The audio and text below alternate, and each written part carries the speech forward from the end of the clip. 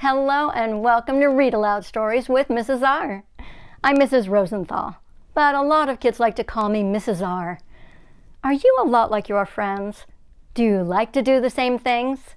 In the book I'm about to read, Joe and John Henry are the characters, and they're best friends. They both like to swim and play marbles. There's something different about them too, because Joe is white and John Henry is black. That doesn't change their friendship, but the setting of the story is 1964 in the South, so there are many things that John Henry can't do because he's black that Joe can. Then a law is passed forbidding segregation, separation. But sometimes it takes more than a law to change some people's minds. The title of the book is Freedom Summer.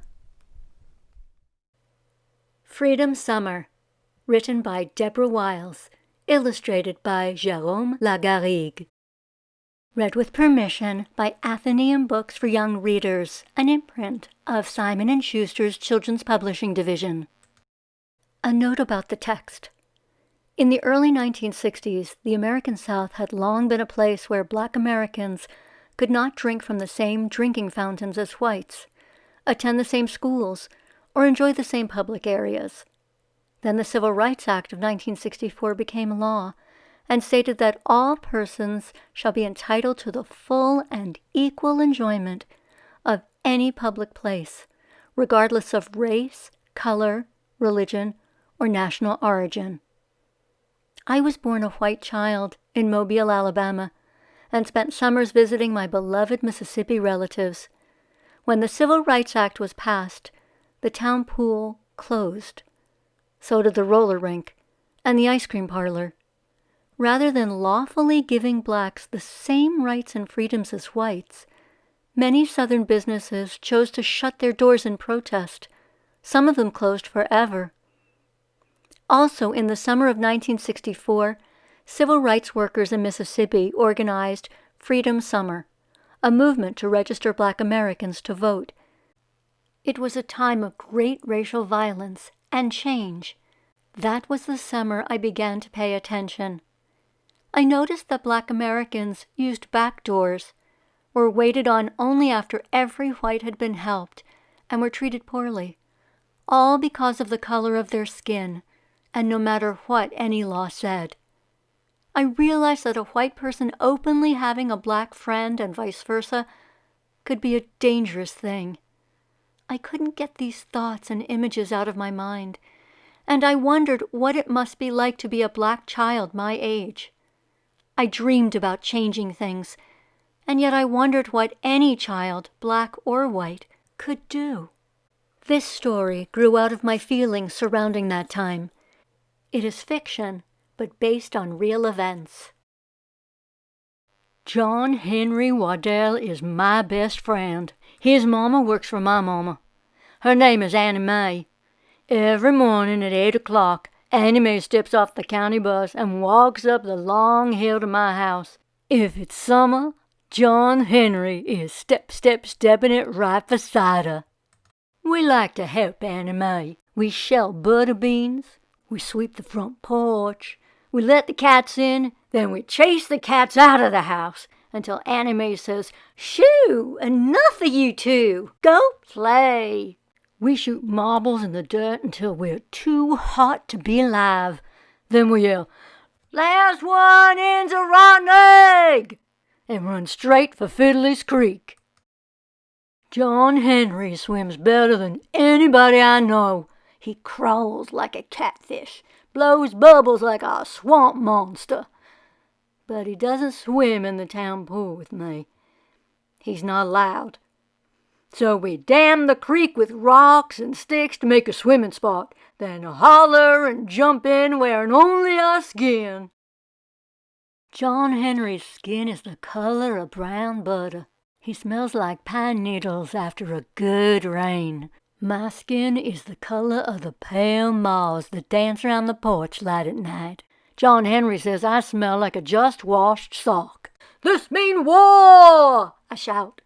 We churned that water into a white hurricane and laughed till our sides hurt. Then we float on our backs and spout like whales. I'm gonna be a fireman when I grow up, I say. Me too, says John Henry. I have 2 nickels for ice pops, so we put on our clothes and walk to town. John Henry doesn't come with me through the front door of Mr. Mason's general store. He's not allowed. "How you doing, young Joe?" asks Mr. Mason. He winks and says, "You gonna eat these all by yourself?" My heart does a quick beat. "I got one for a friend," I say, and scoot out the door. "Yes, sir, it's mighty hot out there," Mr. Mason calls after me. "I love ice pops," says John Henry.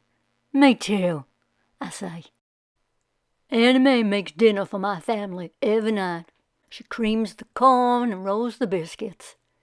Daddy stirs his iced tea and says, "The town pool opens tomorrow to everybody under the sun, no matter what color." "That's the new law," Mama tells me. She helps my plate with peas and says, "It's the way it's going to be now. Everybody together. Lunch counters, restrooms, drinking fountains too." I wiggle in my chair like a doodlebug. "I got to be excused," I shout, and I run into the kitchen to tell John Henry. "I'm going to swim in the town pool," he hollers. "It's deep, real deep," I tell him, "and the water's so clear you can jump to the bottom and open your eyes and still see." "Let's be the first ones there," says John Henry. "I'll bring my good luck nickel and we can dive for it." Next morning, as soon as the sun peeks into the sky, here comes my best friend, John Henry Waddell, running to meet me. "Let's go," he yells. "I got my nickel." And I run right with him all the way to the town swimming pool. We race each other over the last hill and we stop. County dump trucks are here. They grind and back up to the empty pool. Workers rake steaming asphalt into the hole where sparkling clean water used to be. One of them is John Henry's big brother, Will Rogers. We start to call to him. "What happened?" But he sees us first and points back on down the road. It means get on home. But our feet feel stuck. We can't budge. So we hunker in the tall weeds and watch all morning until the pool is filled with hot, spongy tar. Smoky steam rises in the air. Workers tie planks to their shoes and stomp on the blacktop to make it smooth. Will Rogers heaves his shovel into the back of an empty truck and climbs up with the other workers. His face is like a storm cloud, and I know this job has made him angry. "Let's go!" a boss man shouts, and the trucks rumble slam down the road. It's so quiet now. We can hear the breeze whisper through the grass. We sit on the diving board and stare at the tops of the silver ladders sticking up from the tar. My heart beats hard in my chest. John Henry's voice shakes. "White folks don't want colored folks in their pool." "You're wrong, John Henry," I say, but I know he's right. "Let's go back to Fiddler's Creek," I say. "I didn't want to swim in this old pool anyway." John Henry's eyes fill up with angry tears. "I did," he says. "I wanted to swim in this pool. I want to do everything you can do." I don't know what to say, but as we walk back to town, my head starts to pop with new ideas. I want to go to the dairy dip with John Henry, sit down and share root beer floats. I want us to go to the picture show, buy popcorn and watch the movie together.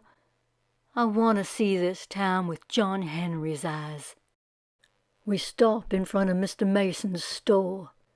I jam my hands into my pockets while my mind searches for words to put with my new ideas. My fingers close around 2 nickels. Want to get an ice pop? John Henry wipes his eyes and takes a breath. I want to pick it out myself.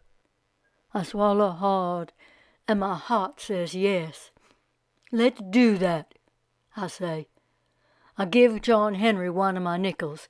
He shakes his head. I got my own. We look at each other. Then we walk through the front door together.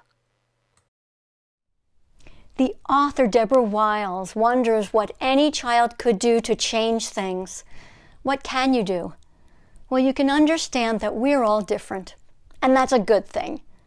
What a boring place the world would be if we were all the same, if we dressed the same and looked the same and so on. On the other hand, we're all people, so we are alike. Look at Joe and John Henry. They're both boys. They're the same age. What do they both want to be when they grow up? What do they both like to eat on a hot day? What about you and your friends? How are you alike? To start with, you're all human beings. So you eat, you sleep, you breathe. Could you make a list of all the ways that you and your friends are the same? What games do you all like to play? Which foods do you all like to eat? I think it's important that we appreciate our differences, but also realize that we have a lot in common. And most importantly, we all need to remember to treat others the way that we want to be treated. Thanks so much for watching.